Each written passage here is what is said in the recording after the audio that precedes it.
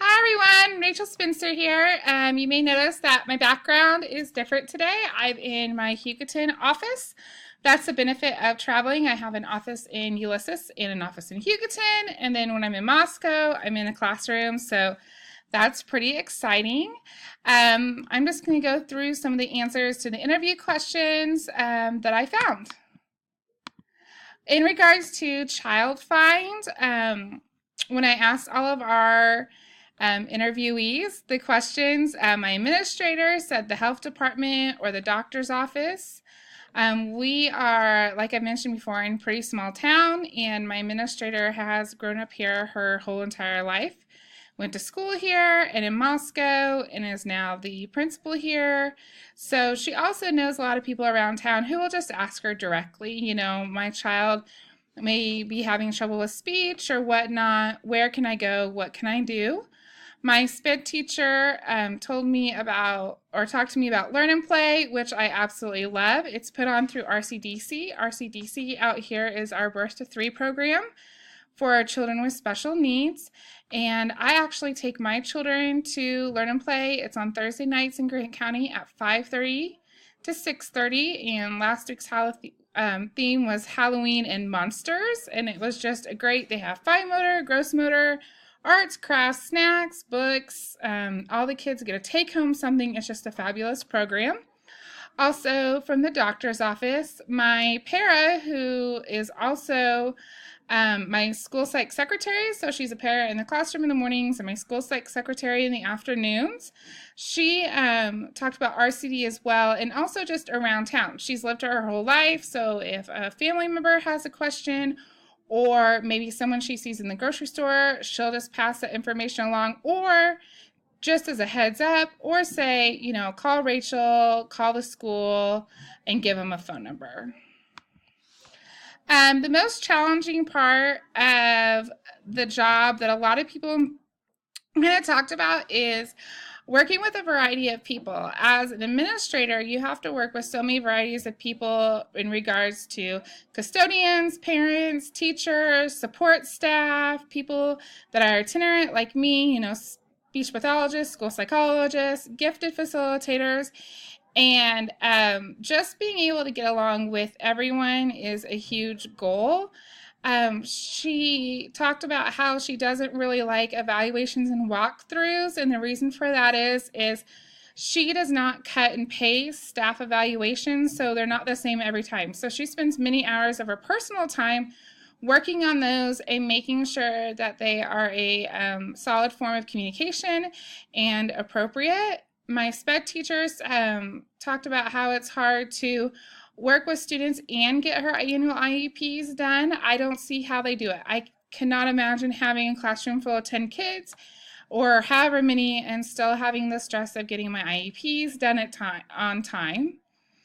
Also, finding times to pull students is hard. Gen Ed teachers really want their students to be in the classroom for the whole entire day, but they also want them to get services. So finding a good balance is hard at times. My para said working with students with behaviors, issues, and knowing what teachers expect from you. Every teacher is different. So, for example, if my para/school psych secretary gets in the 6th grade classroom for one day or in the 1st grade classroom for one day, those teachers' expectations of her are completely different, and it's hard to kind of figure out what they are at times. The most rewarding part of the job is kind of everyone's answer was seeing the success of the children, growing as an administrator, and also helping them learn. That's what we're all here for. We're all here to learn and grow, also professionally and for our students, for them to succeed, and that's what our main goal is.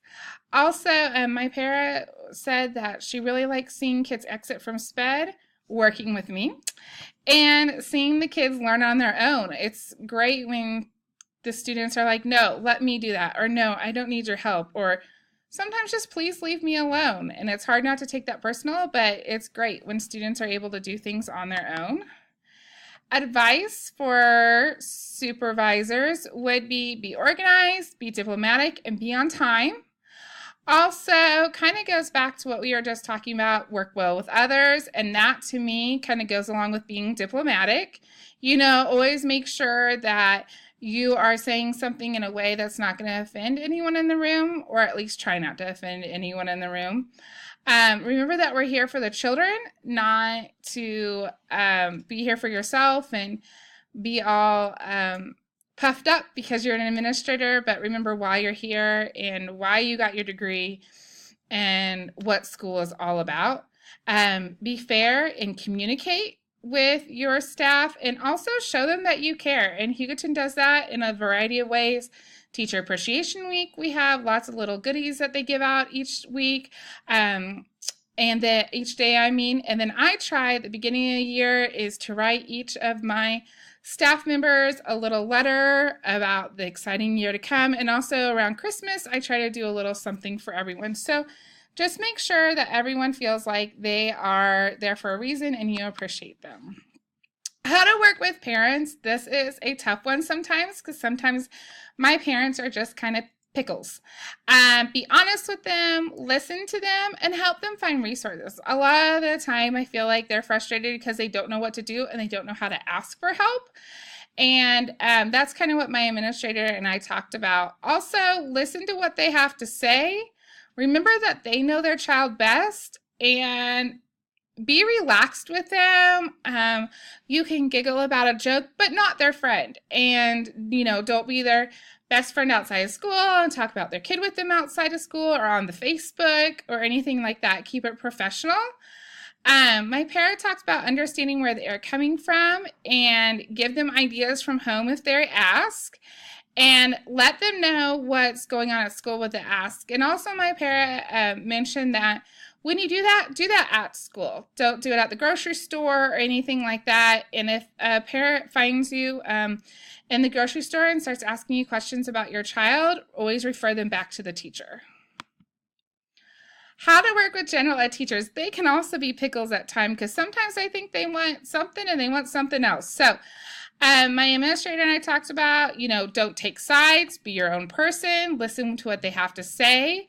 My SPED teacher said, know who you can trust. That's a big deal. I never knew that an elementary school or any school in general could be that political, but school politics is a real thing.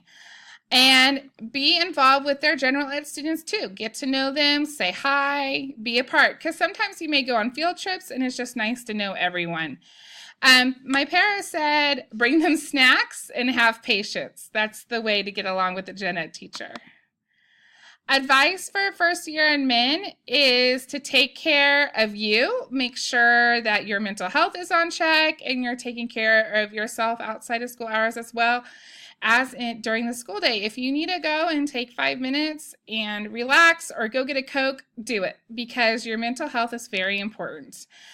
Be aware of what's going on in your building and don't get caught up in the gossip. I have people come in my office all the time, want to vent and do this and do that, and I'll say something is taken completely out of context. So, just make sure you don't get caught up in that school politics gossip. My SPED teacher said, treat all teachers as equal. Just because they're a SPED teacher doesn't mean they're not a part of your building, especially when they work for a co-op. I think that's hard for some administration to remember. Get to know your teachers for who they are, and also be present. If they need you, be available. And my SPED teacher wasn't saying like at that moment, but respond to the email, respond to the text, swing on by. Also, my parent talks about having patience and take time to see the kids and don't always believe the teachers. And I think what she meant by that is sometimes there's always two sides to every story, and sometimes they're right, sometimes they're wrong. We'll always make sure that you weigh in what is going on and what really happened, not what people think happened. So to finish up, here's a few characteristics of a good administrator. Be fair, be honest, be a good listener. Those are very important qualities. The SPED teacher, as I've been saying before, treat them as part of the district. Help Find alternative ways to be SPED, to help SPED kids, not just, oh, that's your job, you need to do it, be a part of the team. And visit with the SPED kids. Don't just walk by. If you're walking down the first grade hallway and there's a SPED room in that hallway, make sure you stop and say hi to those kids too, because they're in your building and they're your children as well. My parent talked about one is willing to help train. We have a Grow Your Own program, and so that's pretty big. You know, I'm hopeful that my school psych secretary para will be a teacher or work for High Plains for a long time. Treat the paras equal as the teachers. Just because they don't have as much education or have the title as a teacher doesn't mean that they aren't meant to be treated equal. And check in with them as well. That goes back to just treating everyone equal and as much as the same as you possibly can. Okay, well, I hope you guys enjoyed this presentation and learned a lot, and I'll talk to you later. Bye.